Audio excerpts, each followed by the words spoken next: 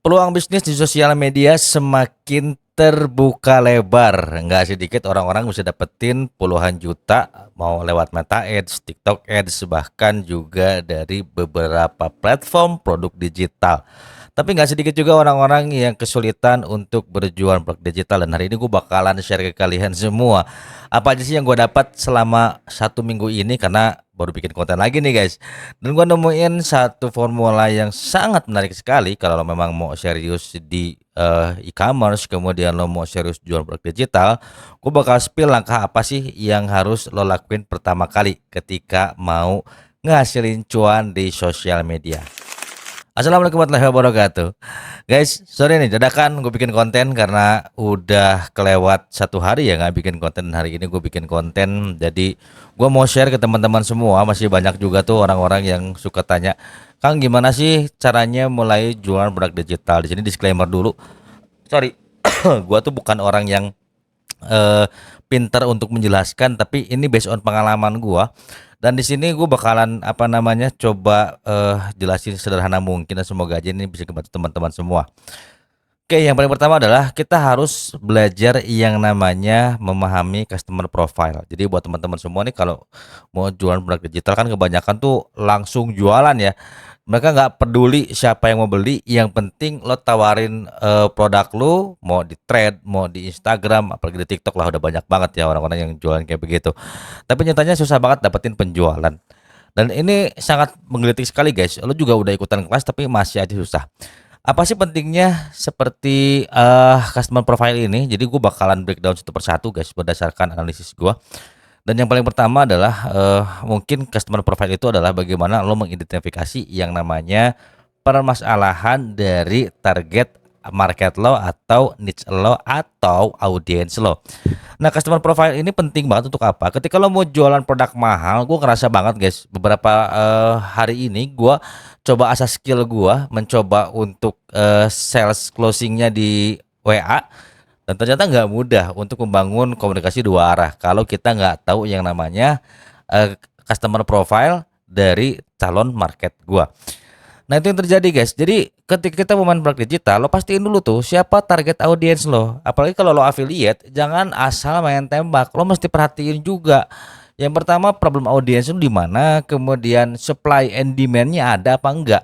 Karena kalau lo udah tahu apa namanya pain-nya audiens lo, kemudian juga lo udah tahu apa aja yang diharapkan, apa namanya hope-nya seperti apa, tapi supply and demand-nya kurang gitu. Jadi demand-nya nggak ada, supply-nya banyak gitu loh. Jadi juga akan kesulitan guys. Contoh misalnya kayak bikin kelas-kelas kreator kan udah banyak ya, ada Bang Ogut, ada Koleo, juga apa namanya yang lain-lain. Tapi bukan berarti lo nggak bisa, cuman persaingannya itu ketat banget, karena kalau lo adalah orang yang baru aja terjun, itu hanya akan bikin orang-orang jadi skeptis. Nah, itulah pentingnya yang namanya customer profile. Dan yang berikutnya adalah selain gue bicara masalah customer profile, lo pastiin yang namanya produk lo itu market fit nggak, atau produk itu bisa diterima atau enggak. Jadi seringkali kita asal jualan kelas nih guys. Gue yang agak-agak merasa menggelitik itu ketika kemarin ada kontennya Mbak Inem Jogja ngelewat, ada seorang ibu itu maksain beli kelas untuk beli maksain kelas maksain beli kelas pakai uang beli susu anaknya.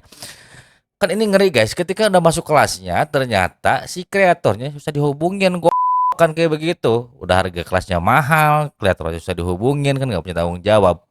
Inilah yang terjadi sehingga industri dunia produk digital ini terganggu ekosistemnya. Jadi orang-orang yang tidak bertanggung jawab, kalau bilang kayak nggak apa-apa lah.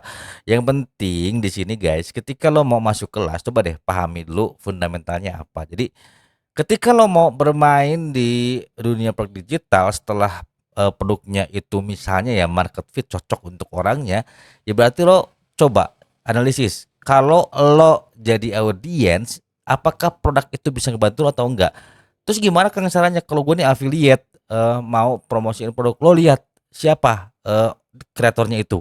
Misalnya produknya Bang Ogut gitu ya. Kan lo tahu sendiri beliau tuh apa namanya tingkat pendidikannya tinggi, kemudian juga cara menyampaikannya juga enak diterima teman-teman ya, dan banyak lagi ada Ko Agus Leo dan Hendra Setio dan banyak lagi lah orang-orang yang udah jago dan expert di bidang kelas kreator ini. Nah, kalau lo misalnya pasang produk mereka, yaitu peluang lo untuk dapetin cuan tinggi. Tapi ketika lo jualan produk yang asal cari komisi gede doang, ternyata ketika lo jualan itu malah ngancurin reputasi lo, ya udah susah. Jadi yang pertama customer profile, kedua supply and demand, yang ketiga adalah barangnya market fit atau enggak, dan yang terakhir ini yang sangat menarik sekali guys. Jadi kita perlu namanya bikin value driven content. Jadi kalau kita nggak bisa bikin konten yang memiliki nilai lebih untuk audiens, itu berat banget guys. Kenapa berat? Karena sekarang eranya konten. Jadi ketika lo ngerasa gue mau dapetin cuan dari sosial media, gue mau dapetin cuan dari produk digital, tapi lo sendiri nggak tahu gimana caranya bikin konten, apalagi diiklanin, waduh udah babak belur deh. Gue ngerasa guys hari ini tuh gue dapat banyak ilmu ketika gue ngulik dashboard. Gue benar-benar belajar CPR tinggi, produk gue harganya 65.000 yang belakang-belakang yang lalu tuh CPR masih ya 17.000, 22.000, tapi sekarang naik ke 46.000, bahkan melonjak sampai ke 55.000, yang artinya harga produk gua 65 cuman kebagian ceban dan sisanya ya udah kebakar, tapi gua dapetin data dan juga leads. Nah, kalau misalnya konten lu bagus ketika lo diiklanin ya itu bisa meminimalisir CPR yang tinggi, apalagi kalau lo bisa datengin secara organik. Nah, organik ini kan tentunya butuh yang namanya trust. Jadi value driven content itu gimana caranya ketika lo memberikan sebuah manfaat dan bisa ngebantu orang-orang gitu loh. Jadi 4 hal ini tuh penting banget ketika lo mau jual produk digital. Gue coba ulangin lagi. Yang pertama adalah memahami customer profile, yaitu masalah audiens, identifikasi apa saja masalahnya, harapannya apa. Yang kedua adalah lo harus pahami supply and demand-nya. Yang berikutnya adalah lo pastiin produk lo itu market fit atau enggak, atau cocok dengan audiens atau enggak. Yang terakhir adalah ya ini value driven content. Jadi ini yang paling utama, content is a king, dan memang gue ngerasa nyesel banget dari dulu nggak belajar konten serius dan pada akhirnya saat sekarang. Tapi ya itulah namanya hidup ya. Jadi kalau namanya menyesal duluan ya pendaftaran. Tapi yang jelas guys, peluang itu masih tetap ada apapun selama lo bisa belajar 4 hal ini, dan lagi gua terapin juga. Next gua bakalan bahas gimana caranya kita ngebangun perspektif dari berbagai sisi audiens supaya lo bisa dapetin angle-angle yang tepat ketika lo mau jual produk digital. Dan mungkin konten ini hanya segini aja teman-teman ya. Gue nggak panjang lebar, ini cuman sekedar menunaikan kewajiban. Semoga aja kontennya bermanfaat dan bisa menjadi insight buat kalian semua. Kalau ada pertanyaan boleh drop di kolom komentar. See you in the next video. Wassalamualaikum warahmatullahi wabarakatuh.